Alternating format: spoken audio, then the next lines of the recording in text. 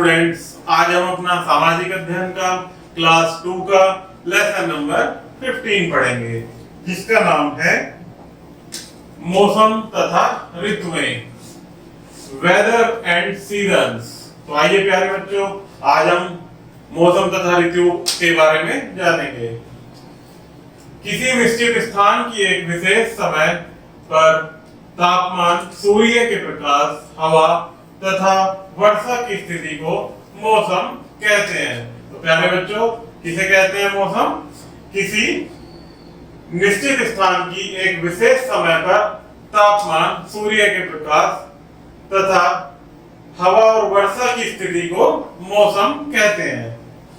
मौसम में सूर्य, हवा, बादल तथा वर्षा के कारण परिवर्तन होते रहते हैं।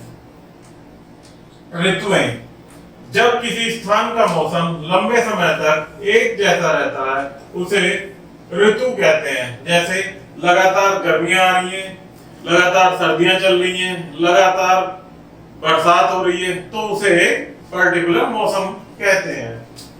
भारत में 5 मुख्य ऋतुएं हैं। कितनी ऋतुएं होती हैं प्यारे बच्चों भारत में? 5। तो इसमें पहली देखते हैं ग्रीष्म ऋतु। ग्रीष्म काल में दिन लंबे, बहुत गर्म तथा सूखे होते हैं। हम स्वयं को ठंडा रखने के लिए हल्के रंग के सूती वस्त्र पहनते हैं। अपने शरीर को ठंडा रखने के लिए कैसे वस्त्र पहनते हैं हम गर्मी के मौसम में? सूती वस्त्र। हम अंदर रहना पसंद करते हैं तथा पंखों, वातानुकूलित तथा कूलर का प्रयोग करते हैं। अर्थात गर्मी से बचने के लिए हम अपने घरों में रहना पसंद करते हैं और हम कूलर, पंखे के साथ वातानुकूलित होने का प्रयत्न करते हैं। हम प्रचुर मात्रा में तरल पदार्थ लेते हैं। कुछ लोग गर्मियों से बचने के लिए पर्वतीय स्थानों पर जाते हैं, क्योंकि पर्वतीय स्थानों का मौसम हमारे गर्मी की मौसम की अपेक्षा अधिक ठंडा रहता है। इसके बाद दूसरी ऋतु हमारी मानसून ऋतु। ग्रीष्म ऋतु के पश्चात मानसून ऋतु आती है। मानसून में तेज वर्षा होती है। यह ऋतु किसानों के लिए आराम लाती है, क्योंकि मानसून ऋतु में वर्षा के कारण हमारी कृषि क्षेत्र में अधिक जल का उपयोग होता है, जो कि हमारी फसल के लिए बहुत ही अच्छा होता है। वर्षा के दिन में आकाश गहरा काला होता है। कभी कभी तेज वर्षा होती है तथा बिजली भी चमकती है। जुलाई तथा अगस्त वर्षा के महीने हैं।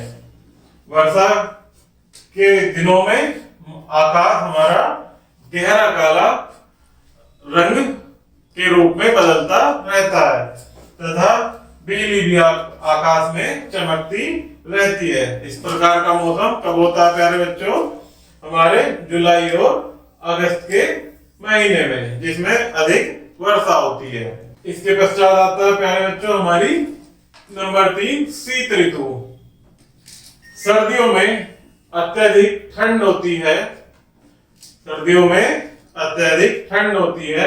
इसमें कोहरा तथा पाला भी पड़ता है।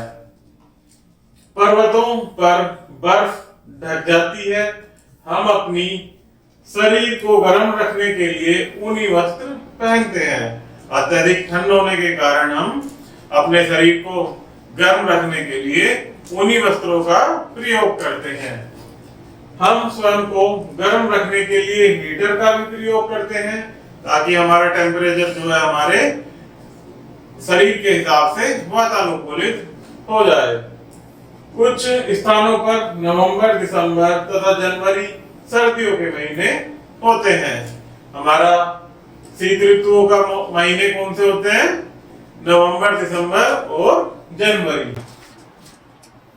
इसके बाद आती है हमारी 4th नंबर पतझड़ ऋतु। सितंबर तथा अक्टूबर पतझड़ के महीने हैं। इस समय मौसम न तो अधिक गर्म एवं न ही अधिक ठंडा होता है। अर्थात पतझड़ के समय में जो कि हमारे सितंबर और अक्टूबर में होती है। इस समय हमारा मौसम एक वातानुकूलित रहता है। पतझड़ ऋतु के दौरान वृक्ष अपनी पत्तियां गिरा देते हैं, अर्थात वृक्षों पर नई पत्तियों का आगमन होता है। इसके बाद हमारी 5 नंबर की ऋतु आती है बसंत ऋतु। बसंत ऋतु हमारी फरवरी तथा मार्च के महीने में मौसम बहुत सुहावना हो जाता है। इसमें ना तो अधिक ठंड होती है और ना ही अधिक गर्मी होती है। यही हमारी बसंत ऋतु होती है। कब होती है प्यारे बच्चों? जब हमारा मौसम फरवरी और मार्च में ना ही तो अधिक गर्म होता है और ना ही अधिक सर्दी होती है, तो यह हमारा मौसम अत्यधिक सुहावना होता है, जिसे हम बसंत ऋतु के नाम से जानते हैं। वृक्षों पर नई पत्तियां आती हैं तथा पुष्प सुंदर खिलते हैं। हमारे वृक्षों पर पतझड़ के पश्चात नई पत्तियां आती हैं और उन पर पुष्प भी आते हैं। तो प्यारे बच्चों, इसमें हमारे कुछ स्मरणीय तथ्य हैं जिन्हें हम एक एक करके पढ़ेंगे और ध्यान रखेंगे। मौसम दिन प्रतिदिन परिवर्तित होता रहता है। मुख्यतः 5 ऋतुएं होती हैं। कौन कौन सी 5 ऋतुएं होती है हमारी? नंबर 1 ग्रीष्म, नंबर 2 मानसून, नंबर 3 शीत, नंबर 4 पतझड़ तथा नंबर 5 बसंत ऋतु। पतझड़ ऋतु में वृक्ष अपनी पत्तियां गिरा देते हैं। जब पतझड़ ऋतु आती है तो वृक्ष हमारी पुरानी पत्तियों को गिरा देते हैं।